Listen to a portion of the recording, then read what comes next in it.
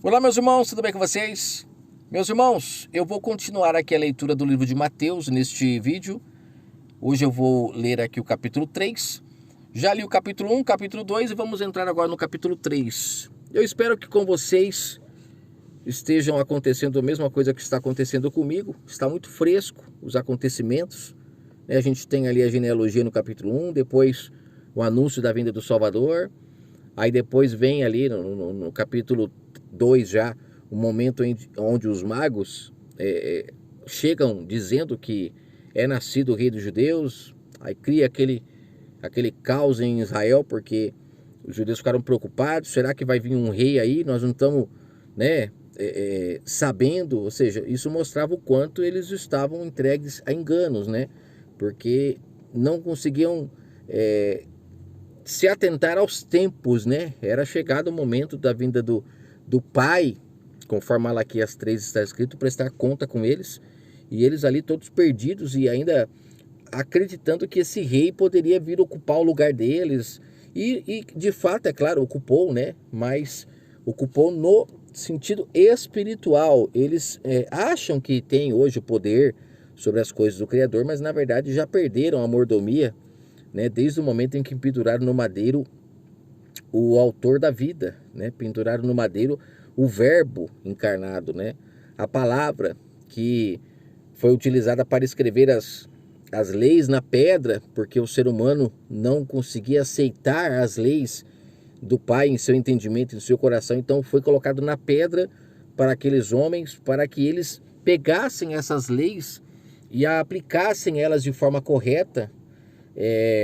E com isso, quando chegasse o momento de o Pai vir prestar conta com eles estivessem preparados, né? Mas quando chega o Salvador, eles estavam todos despreparados. Isso fica claro na parábola dos talentos, né? Mostrando que aqueles homens haviam enterrado os talentos. E olha como Israel estava, toda prostituída, a noiva não havia se guardado. Eram poucas as virgens que de fato ainda entenderiam a mensagem do Criador, porque isso que é um detalhe muito importante que eu venho falando no capítulo 1, 2 e agora no 3, é a gente entender espiritualmente, né, a mensagem do Criador. Quando fala lá de Maria Virgem, eu já comentei, representa a pureza, representa que o entendimento não estava contaminado com as prostituições, com os enganos. E você vê que mesmo Israel tendo sido levado para a Babilônia e terem sido ali inseridos no meio de tantos enganos, ainda muitos se conservaram virgens, que é o que ele fala depois na parábola das 10 virgens, né? Essa virgindade são pessoas que não aceitaram comer da comida podre da Babilônia, mas continuaram se alimentando diretamente do Criador, claro que por intermédio dos líderes religiosos, porque o povo não conseguia se relacionar diretamente com o Pai naquela época. Os que conseguiram foram ali os profetas, que tiveram uma participação, né, na história, aí, se alimentando do pão da vida. João fala em João 3 que eles tinham assim, a presença do Pai não estava plena, né? O único que a presença do Pai, de acordo com as escrituras, estava plena é o Salvador. Os profetas tiveram a presença do Pai por medida, mas mesmo assim fizeram coisas maravilhosas, né? Abriram os olhos de muitas pessoas quanto a momentos que Israel estava passando. Eu já falei em outros vídeos, mas eu vou repetir aqui porque eu acho que vale a pena, que profeta, no meu ponto de vista, é um feto que é gerado antes da hora, para não colocar em risco o plano de salvação do Criador. Porque o plano de salvação do Criador é que as pessoas nascessem do Espírito. Isso é a noiva preparada quando vem o noivo. E o noivo a gente entende que é ali Jesus, né? Como o sistema fala, que ele é o noivo. Mas na verdade o noivo é o Espírito Santo, que nele estava. Tanto é que quando ele vai embora, o que fica? O Espírito Santo, não é? Esse noivo, ele também tem a representação de pai, não vos deixarei órfão, lembra? Então, o noivo é o Espírito Santo, e o Messias, ele veio trazer, por isso que fala Messias, né? Ele era ungido, estava cheio do noivo, e ele ia derramar sobre Israel esse noivo, caso eles não tivessem enterrado o talento, não tivessem se prostituído. Mas aí quando chega ali o Messias, o ungido, né? Temos sempre que entender, eu vou falar o Emanuel, porque o Pai estava nele e ele iria derramar o Pai para o povo, mas quando ele chega ali, ele encontra uma Israel toda prostituída, toda contaminada por enganos, né? Tem o fato ali que eu citei já da mulher samaritana que tinha 5 maridos. Esses maridos são enganos, porque marido fala de alguém que domina a mulher, né? A esposa. Então ela estava dominada por esses enganos. E o marido dela, como o próprio Salvador fala, você tem marido. O marido dela era o Criador, o Espírito Santo dele, porque ela era uma israelita também, né? Na divisão das tribos lá em 1 Reis 11, 10 das tribos foram para Samaria. E a gente lê ali, né, nesse contexto de 1 Reis em diante ali, que eles começaram a ser levados para adorar diversos deuses nos montes. Inclusive no contexto lá ela fala, nossos pais adoravam nos montes. E você vê que estava falando de marido espiritual. Então por que lá fala de marido espiritual e quando a gente chega ali em Maria, por exemplo, a virgindade é física? Não, é espiritual também, representa essa pureza que não se contaminou. Então você vê que aí vem o Salvador, aí vem Herodes tentando matar, né, aquele que ia nascer do Espírito. E como eu falei, os profetas eram fetos gerados antes da hora que recebiam. Por que não receberam de forma plena? Porque eram fetos gerados antes da hora. Mas mesmo assim tinham a presença do Pai e conseguiam ajudar no plano de salvação do Criador que Israel não se perdesse, que Israel não se contaminasse 100%, porque senão como viria o justo? O justo não poderia ocupar um templo imundo. Por isso que vem a questão da virgindade de Maria. Aí quando ele vem, ele ocupa um templo, como fala em Malaquias 3, um templo preparado para recebê-lo, puro, que representa essa virgindade de Maria. É interessante isso, né? E a gente vê que Herodes tentou matar as crianças, que representam o sistema tentando matar aqueles que nascem do Espírito, né? Eles não aceitam quem nasce do Espírito. Só que aí o Salvador foi protegido e depois ele volta já aqui em Mateus 3, poucas pessoas o conheciam, e aí nesse momento João então começa a apresentar ele para o povo judeu que estava ali, né? Porque ali não tinham todas as tribos em Jerusalém. E aqui é interessante alguns detalhes de Mateus 3, eu vou começar a leitura agora. Eu fiz essa pequena introdução para a gente entender o raciocínio, né, do que vem acontecendo. Aqui é o momento onde o Salvador agora vai começar a falar pelo Pai. O Emanuel vai começar a abrir a boca para falar, o Pai vai começar a usá-lo. E aqui começa então como que eu posso dizer, o conflito do engano que aqueles homens estavam ensinando para o povo com a verdade que o Salvador ia falar. E é aí que o Pai começa a colocar à prova aqueles homens, quem enterrou o talento e quem de fato aplicou. Os que entendessem a mensagem se casavam, que são as virgens que recebem o noivo e que entram para se casar com ele, né? Agora, quem não entendesse ficava do lado de fora, onde tem choro e ranger de dentes, que representa a falta de compreensão, e não entra para as bodas, que é comer do banquete, que é o Espírito Santo do Pai, esse banquete. Naqueles dias, João apareceu pregando no deserto da Judéia. Eu coloquei uma anotação aqui, ó, que o nome João significa agraciado por Deus. Olha que interessante, eu já gravei uma mensagem falando sobre a graça aqui no canal. Agraciado por Deus. Ou seja, ele estava cheio da presença do Espírito Santo, que a graça é isso, é a presença. Por mais que o nome está contaminado, está portuguesado, vamos entender espiritualmente que toda letra cai por terra. Eu vejo muitas pessoas que às vezes ficam tentando escrever em aramaico aqui, ficam tentando escrever em grego aqui para mim. Não adianta, gente. Eu falo português e tem que falar no idioma que eu entendo, e não eu que tenho que entender o idioma de quem está escrevendo. Ou em Atos 2 lá, o Pai fez o povo, como que fala? Quem falava o idioma, era o Pai capacitou os seus escolhidos ali, as pessoas que foram batizadas, para levar a mensagem no idioma que eles entendessem. Olha que interessante isso.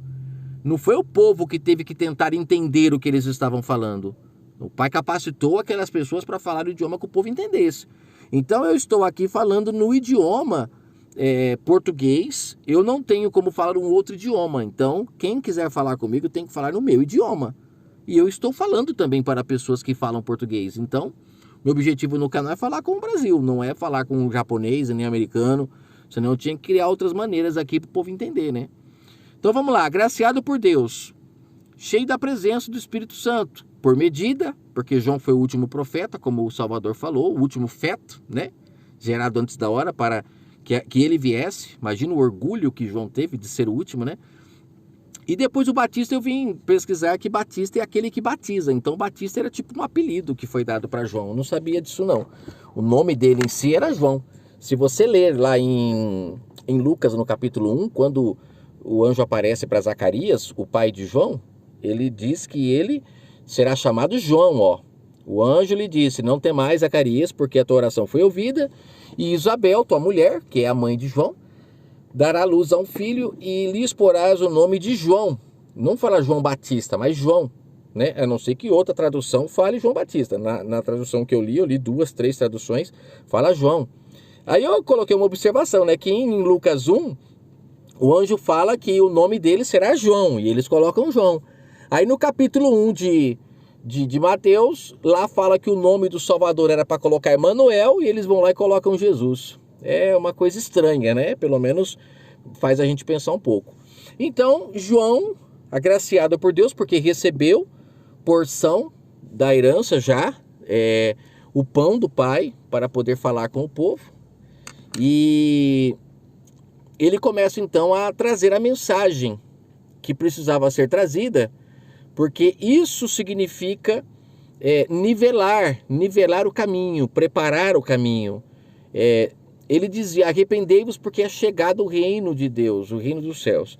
E eu trouxe aqui Lucas 17, que fala que quando o Salvador é interrogado sobre quando viria o reino, e olha, João aqui está falando que o reino já tinha chegado, e aqueles estão achando que o reino ainda viria, porque estavam esperando um reino físico, visível, como a maioria das pessoas que são evangélicas estão esperando, um reino visível do Pai. E o Salvador deixa claro que o reino do Pai não vem com aparência exterior, né? Não digam ei-lo aqui, ei-lo ali, porque o reino de Deus está dentro de vós, dentro. Então isso é muito interessante de se entender, né? Quem ir contra o que eu estou falando está indo contra o que o Salvador falou, né? Porque foi o que ele falou para os fariseus, não é visível o reino. Então, quando ele fala que o reino do Pai é chegado, é porque agora as pessoas teriam o reino dele dentro delas. E aí aquele reino de Israel que foi construído, né? Aquilo se acabaria tudo, porque agora o reino sendo dentro não precisaria mais ser fora. Aquele reino que eles construíram com a herança do Pai, né? Muito simplório perto da herança do Pai, mas construíram e estavam vivendo da herança. Mas depois que vem o Salvador, né, esses homens perdem a mordomia, mas eles continuaram lá ainda roendo osso, e até hoje estão roendo osso, não querem abandonar porque dá muito lucro a herança do Pai, né? Aí fala aqui, ó, este é o anunciado pelo profeta Isaías, que diz, voz do que clama no deserto, ou seja, está falando de João, que esse João é o que o profeta anunciou. E ele disse que João iria chamar as pessoas para preparar o caminho do Senhor, endireitar as veredas. Essa passagem está em Isaías 40. Eu trouxe aqui, ó. Por isso que é legal dos capítulos e versículos da Bíblia. Não para manipular e trazer versos isolados para ensinar alguma coisa como muitos usam, mas para você entender as profecias, entender em que momento foi dito, que fica muito mais fácil assim do que você ter que ficar lendo a história toda para achar aonde que o profeta falou, né? Citar o capítulo e o versículo é melhor. Então aqui no verso 3, é o momento que está deixando claro que o que João estava fazendo foi o que o profeta predisse lá, ele profetizou, melhor dizendo, lá no capítulo 40 de Isaías. João usava vestes de pelos de camelo e um cinto de couro em torno dos seus lombos e se alimentava de gafanhotos e mel silvestre. Eu fiz um pequeno levantamento aqui sobre essa vestimenta dele, sobre essa alimentação dele, que é um pouco estranha se a gente analisar fisicamente, né? Mas tem um sentido muito grande, porque como o povo de Israel precisavam ver para crer, então nada era em vão. Tudo tinha um porquê, tinha um motivo. Então, essas vestes de pelo de camelo, eu fiz um levantamento aqui, ó, que a roupa de pele de camelo, ela era uma roupa que, de acordo com as leis de Israel, o camelo era um animal imundo, Levítico 11, causava escândalo para aqueles homens ele estar vestido com aquela roupa. E o camelo também é conhecido pelo seu temperamento hostil. O camelo, ele é um tipo de animal que ele bebe água uma vez, ele chega a beber uma quantidade de água tão grande que ele fica de 40 a 50 dias sem beber água de novo.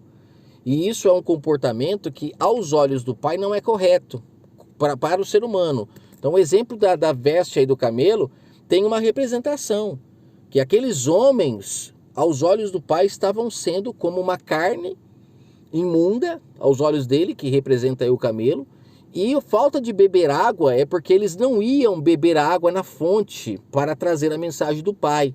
Né? Lembra que o Salvador falou, quem tem sede vem a mim e bebe? Na verdade ali é o Pai falando na boca dele. Vamos sempre lembrar do Emanuel, o Pai falando. Quando ele falava quem tem sede vem a mim e beba, é o Pai falando para as pessoas irem a ele, é o Espírito Santo para beber, e não no Messias homem, no Emanuel homem ali.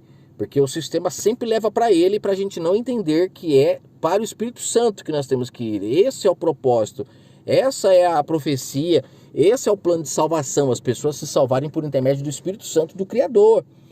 Então, as pessoas, esses líderes, não iam ao Criador para beber da água. Então, automaticamente, o povo de Israel estava o quê?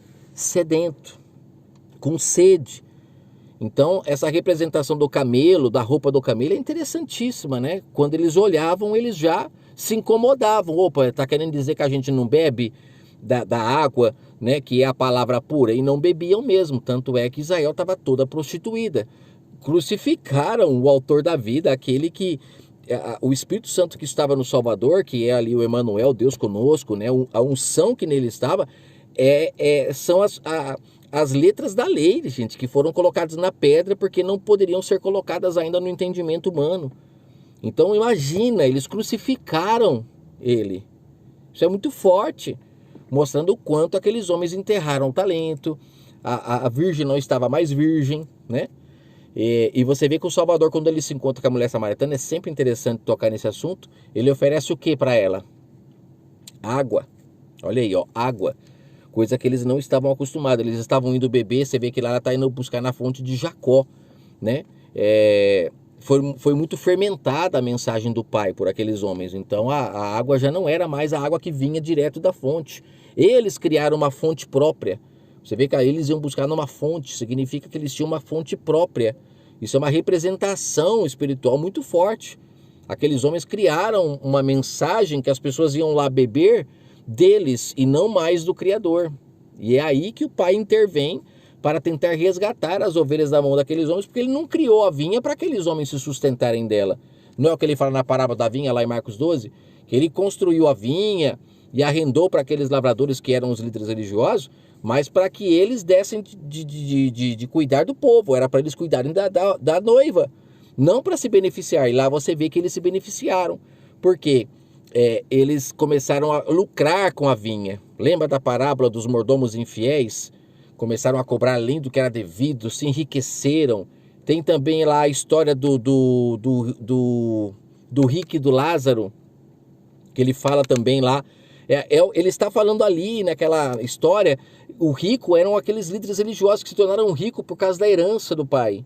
E o Lázaro é o povo de Israel que ficou sem o pão, eles só davam migalhas. E aqueles homens ganharam do pai o talento para dar o pão para o povo, mas davam a migalha e o povo estava doente. Por isso que a Escritura fala que o Salvador veio para buscar as ovelhas que estavam perdidas, porque a migalha não alimentava. Então ele veio para tentar resgatar, porque aqueles homens estavam colocando tudo a perder. Então você vê que a mulher samaritana, ele dá água para ela, mostrando que aqueles homens realmente estavam dando para o povo água contaminada, né? A palavra fermentada é a mesma coisa de água contaminada. Aí vem aqui e fala do cinto nos lombos, né? O cinto de couro usado em torno dos lombos fazia com aqueles homens que eles se lembrassem da opressão que o jugo causado por bois, que serviam como animais de carga.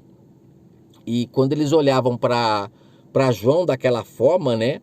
eles se enxergavam também subjugados pelo pecado através do cinto de couro que eles usavam, que ele usava, né, que João usava. Então aquele cinto de couro tinha a representação do jugo, né, do pecado que estava ali, eles presos, né, presos através do pecado que eles estavam cometendo. Depois tinha a questão de ele se alimentar de gafanhotos. Essa parte eu achei muito interessante, porque o gafanhoto nas escrituras ele é conhecido como um inseto que é símbolo de destruição. Símbolo de destruição. E ele comendo o gafanhoto, ele representa que o devorador é devorado. Ou seja, que o Criador ele sobressai, ele vem para destruir o devorador, né? E a gente vê que nas escrituras, a gente tem ali, por exemplo, naquela passagem da viúva pobre, o Salvador falando que os líderes religiosos, eles devoravam as casas das viúvas, ó, uma representação dos gafanhotos. Então, quando vem João comendo o gafanhoto, mostrando, eu vou colocar vocês na linha, né? Vocês vão perder essa mordomia todos que vocês estão tendo, né? E o mel é símbolo do Espírito Santo. Por quê? Porque o maná, ele tinha sabor de mel. Então você vê que quando ele comia ali o mel com gafanhoto, gafanhoto, né, com mel, a gente vê que esse mel, ele representa o Espírito Santo do Pai. E é esse Espírito Santo do Pai que ele tinha que daria forças para ele vencer esses gafanhotos que eram os devoradores, homens que estavam devorando a casa das viúvas. Viúva, espiritualmente, é aquela mulher que tem o seu marido, mas ele é morto, né? Ele é morto. Ele não tem poder para nada. Você lembra que lá em Romanos 7, Paulo fala das pessoas se separarem do marido morto para se casar com o marido vivo, que é o Espírito Santo. Lá fala o Cristo, mas tem que entender que está falando da unção que nele estava. Se casar com o Espírito Santo agora. E aí lá Paulo fala de se separar do marido morto. Então, essas viúvas que eles devoravam é porque eles tinham apresentado para ela maridos mortos, ídolos, enganos. Não o verdadeiro marido que se busca em espírito e em verdade. Isso é tremendo, né? E aí o povo todo ia ter em Jerusalém com João, toda a Judéia, para ouvir o que ele tinha para falar. E é interessante que João, de acordo com o contexto, ele é filho de sacerdote, né? Apesar que essa parte me chamou muita atenção, eu ainda vou pesquisar um pouco melhor, vou trazendo em outros vídeos. Por que existiam sacerdotes na época lá em Jerusalém se só tinha lá a tribo de Judá e Benjamim, né? Eu acho um pouco estranho isso, dá uma certa impressão de que foi colocado, porque a tribo de Levi e as outras 10 tribos foram para Samaria. E o povo judeu não se falava com os samaritanos. Lembra do caso lá da mulher samaritana mesmo? Quando os discípulos viram o Salvador falando com ela, ficaram assim admirados, porque eles não se falavam. A própria mulher samaritana fica admirada em ver o Salvador falando com ela. E como que pode os pais de João serem sacerdotes, sendo que a tribo que exercia esse papel era a tribo de Levi, ela não estava lá? Será que eles começaram a exercer essa função? E se fizeram isso, estavam fazendo contra a vontade do Criador, né? Mas é um fato para um estudo que eu acredito que a gente vai entendendo no decorrer das leituras o que estava acontecendo lá. Mas me chamou a atenção. Mas o que eu quero dizer mais é que João não seguiu os passos deles, né? Isso já demonstra alguma coisa estranha. Porque se eles estivessem fazendo o que era certo, João, sendo agraciado, ou seja, recebendo a presença do Espírito Santo, iria concordar com o que eles estavam fazendo. E você vê que João não vai pelo caminho deles. João, ele vai para o deserto para levar o povo para lá, e lá ele tinha a oportunidade de falar com as pessoas. Eu tenho para mim que essa ideia de deserto, espiritualmente, é um local de silêncio, né? Onde as pessoas conseguem ouvir a voz do Pai. Um local de silêncio, imagina de noite, quando você acorda de noite, que está tudo em silêncio, a cidade, você consegue ouvir até o barulho da água pingando assim na pia, né? O tic-tac do relógio, você consegue ouvir ele bem forte. Então eu tenho para mim que esse deserto representa um local onde as pessoas saem do barulho. E esse barulho representa o quê? A contaminação, o engano, o fermento. Saem disso para ir para um local onde vão se concentrar para ouvir a voz do Pai, porque é tanto engano, é tanto fermento, que se você não parar para meditar, para tentar entender, você não vai entender. Eu tenho para mim que esse deserto tem essa representação, e não um local de sofrimento, como o sistema religioso fala, lugar de prova. Não, eu tenho para mim que é um local onde as pessoas vão para ouvir o Criador. Então é que eu tenho que, para mim, que quando foi levado o povo para o deserto é porque o pai queria lapidá-los, e para lapidar ele tinha que tirar ele de toda a bagunça que eles estavam, o barulho, que é o engano, né, que eles foram inseridos. Faz sentido essa questão do deserto ser um local de silêncio para as pessoas ouvirem a voz do Criador, né? Então, aqui, voltando à questão de João, João não seguiu os traços do pai, né? E nem da mãe. Isso já mostra que alguma coisa não estava muito certo, né? Depois aí acontece aqui o seguinte, ó, eu coloquei uma anotação aqui que é o seguinte, em Lucas 3, a partir do verso 10, a gente vai ler lá também, lá mostra o que João estava ensinando, porque aqui em Mateus, no capítulo 3, não mostra o que ele falava para o povo. Aqui dá a impressão que ele simplesmente só batizava as pessoas. Por isso que o livro Bíblia é um livro muito fácil de você utilizar ele para manipular as pessoas. Porque aqui, ó, e eram por ele batizados no Rio Jordão, confessando os seus pecados. Mas como assim confessando? Chegavam e confessavam? Não tinha nada que João falava? Tinha, mas aqui não tem, ó. Você percebe que aqui não tem? Aponta para mim aqui no contexto aonde que tem o que João falava. Não tem. Logo depois do verso 6 já entra o verso 7, quando os fariseus e os saduceus vinham até João, né, para entender o que estava acontecendo, e João ali começa a descer o sarrafo neles, chamando eles de raça de víboras. Quem vos ensinou a fugir da ira vindoura?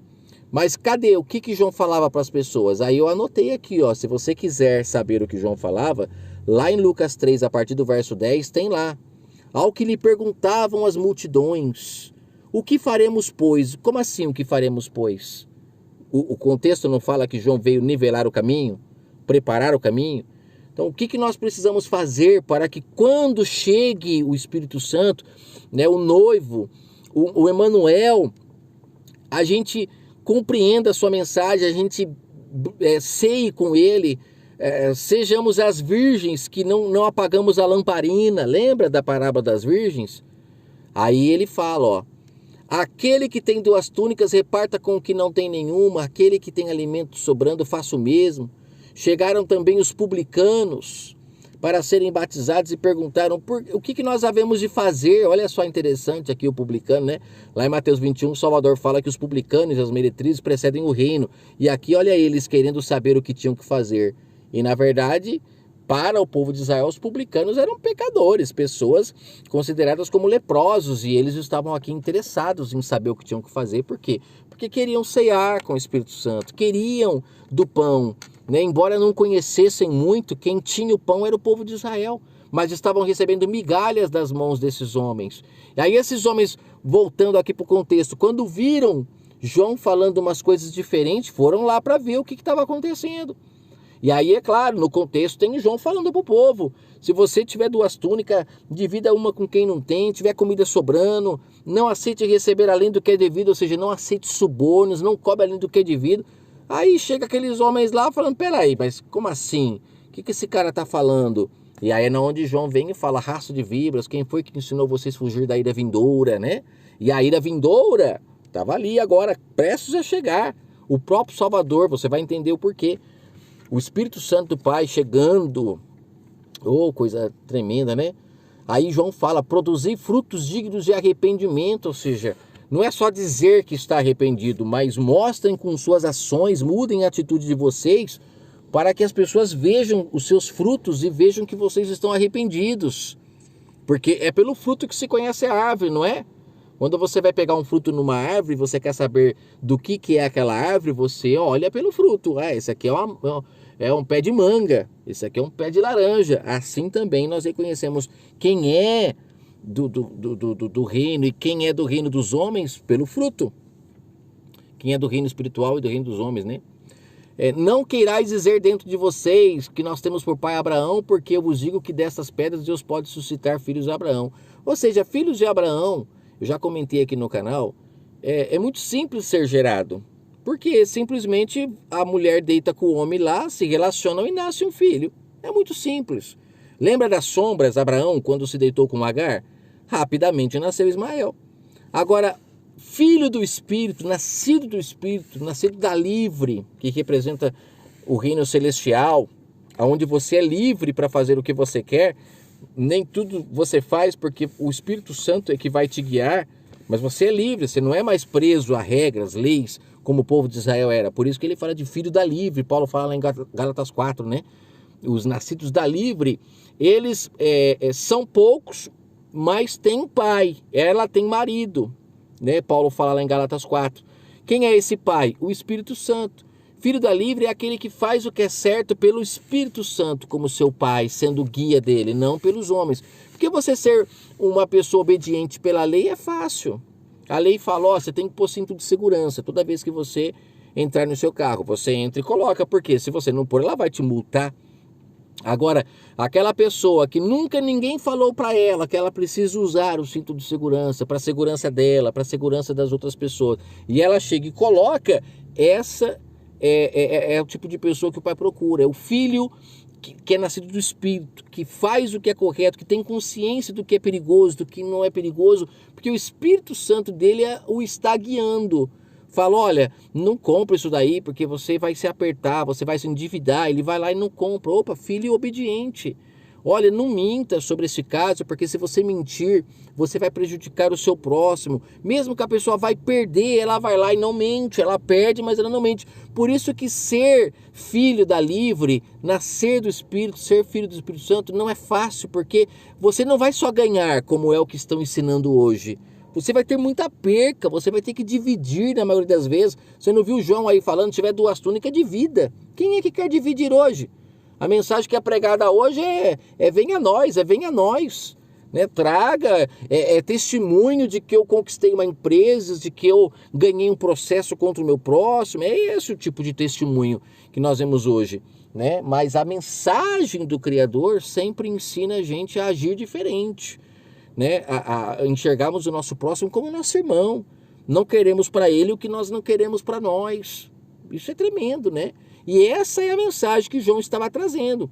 E aí aqueles homens, por serem filhos de Abraão, por serem descendentes de Abraão, batiam no peito. Não, nós somos filhos de Abraão. Lembra da discussão que o Salvador tem com eles lá em João 8? Nós vamos ler ainda esse contexto inteiro. É tremenda aquela discussão, porque o Salvador coloca eles no lugar deles. Ali o pai, né? Quando eu falo Salvador, o Emmanuel, você tem que entender que é o pai ali prestando conta. Imagine o Espírito Santo do Pai falando na boca do Salvador com aqueles homens. Cadê o talento que eu dei para vocês? Imagina. Ali, olha, panela voou, viu? Como se diz. Cadê o Espírito Santo que eu dei para vocês? O que vocês fizeram com a mensagem? Eu enterrei, eu não multipliquei, mas aí agora eu chego aqui, tá essa baderna, vão me crucificar, porque vocês não trouxeram a palavra pura para o povo, e eu dei a palavra pura para vocês, que é o pão, né? Lembra que lá em Atos 7, Estevão fala que aqueles homens receberam o pão, né? Receberam o Espírito Santo, a verdade, por intermédio dos anjos, mas foram gananciosos, né? Cresceram o olho. Os mordomos infiéis falou o quê?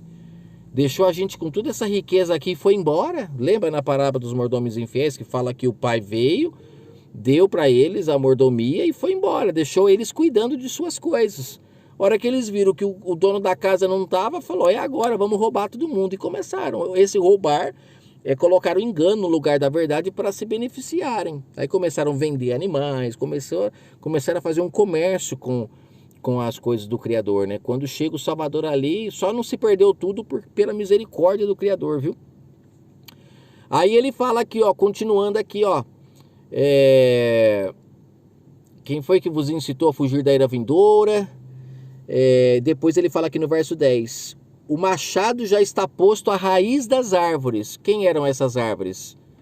Né? O ser humano, as pessoas. Toda árvore que não produz bom fruto é cortada e lançada no fogo. Ou seja, esse lançado no fogo aqui é o que ele fala aqui no verso anterior, né? Que eles se achavam filhos de Abraão e tal, então eles não tinham que se preocupar.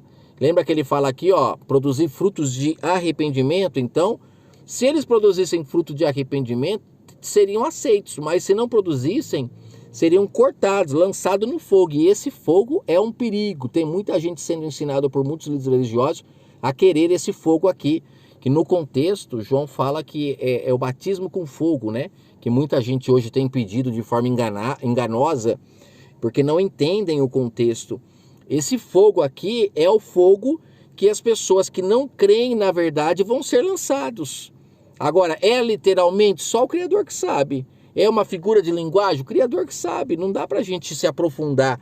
Mas o que eu posso dizer é que esse fogo aqui que ele fala que as árvores seriam cortadas e lançadas no fogo, é esse batismo de fogo que aqui no verso 11 ele fala. Por quê que é o batismo com fogo, é esse fogo que são lançados todos aqueles que não creem? Porque ele fala assim, ó: eu batizo com água para o arrependimento, mas aquele que vem após mim é poderoso, mais do que eu, cujo não sou digno de levar-lhes as alparcas, e ele batizará no Espírito Santo. Ó, o batismo no Espírito Santo são para aqueles que dão frutos. Ó, o machado está posto à raiz das árvores.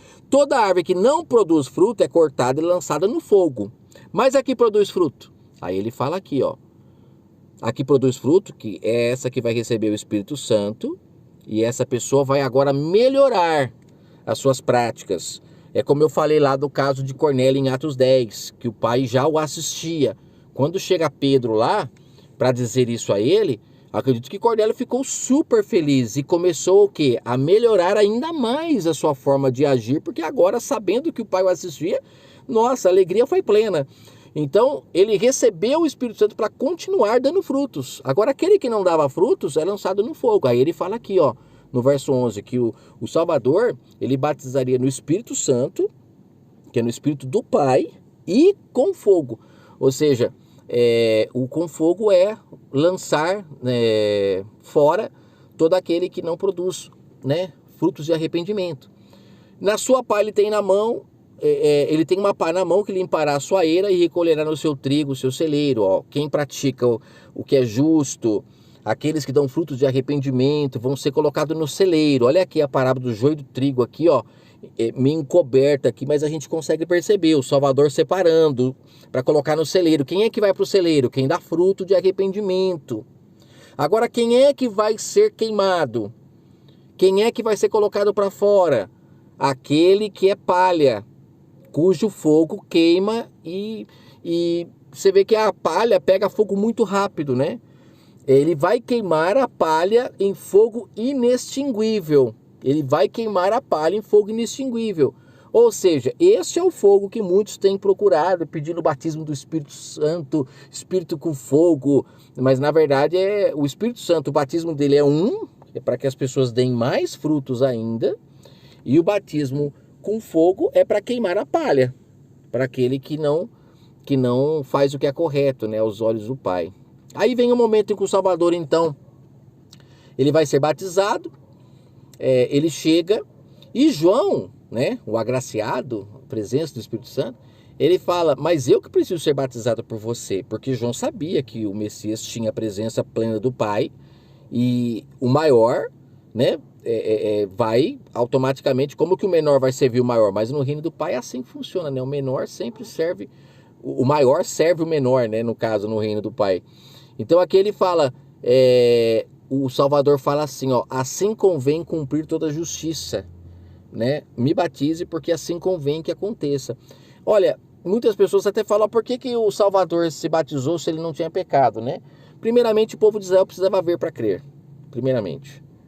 Tem um detalhe que não podemos esquecer, que é lá em Mateus 21, quando o Salvador pergunta para aqueles homens se o batismo de João é de Deus ou é dos homens. Se o Salvador não se batiza aqui, podia dizer que ele não estava crendo no batismo de João. E o batismo de João vinha de Deus. Porque lá em Mateus 21, o próprio Salvador fala que João batizou o batismo da justiça. E qual é o batismo da justiça? Banhar o povo? Não. É o que ele falou lá, que eu falei lá sobre Lucas 3. Quem tiver 2, divida com quem não tem. Quem cobre só o que é devido. O batismo da justiça. Então você vê que o Salvador deixou João batizar porque o batismo dele vinha do Pai. Para que ele não se batizaria? Não é porque o Salvador tinha pecado. Ele não tinha pecado. Mas é porque ele estava ali para provar para aquele povo que o batismo de João vinha do Criador, né? E o interessante é que quando o Salvador é batizado, aí acontece algo que eu sempre falo, sempre na velha aliança, porque aqui eu já comentei desde o vídeo 1, é velha aliança ainda, o Salvador ainda está nascendo, está em carne, nova aliança só começa lá na descida do Espírito Santo. Então imagine que aqui é tudo visível, tudo. Olha o verbo aqui em carne, como pode aqui ser nova aliança se o verbo ainda está em carne, né? Olha que interessante, ó. Abriu-se então os céus, ó, verso 16, e viu-se o Espírito Santo descendo como uma pomba, tudo visível. O Espírito Santo do Pai vindo como uma pomba sobre ele, para que o povo olhasse e falasse, ah, aquele homem tem alguma coisa diferente, que aquela pomba está descendo ali sobre ele. E aí é onde as pessoas podiam perceber que ele era de fato um escolhido, né, no meio do povo. E essa voz que aqui diz que as pessoas ouviam, esse é meu filho em quem eu me comprazo, a gente tem que entender que esse é o desejo do Criador para todos nós, né? Todos nós, quando praticamos frutos de arrependimento, quando somos batizados pelo Espírito Santo dele, quando cremos, passamos a mudar a nossa vida, que se chama conversão, as nossas atitudes. Não é ir a um templo religioso, nada disso, mas passamos a mudar as nossas atitudes. Aí, isso é se converter, mudança de comportamento. E aí você começa a fazer o que é certo, o que agrada ao Pai, dar frutos de arrependimento. E aí você vai se salvando. Por isso que fala, quem crê, essa pessoa vai se salvar.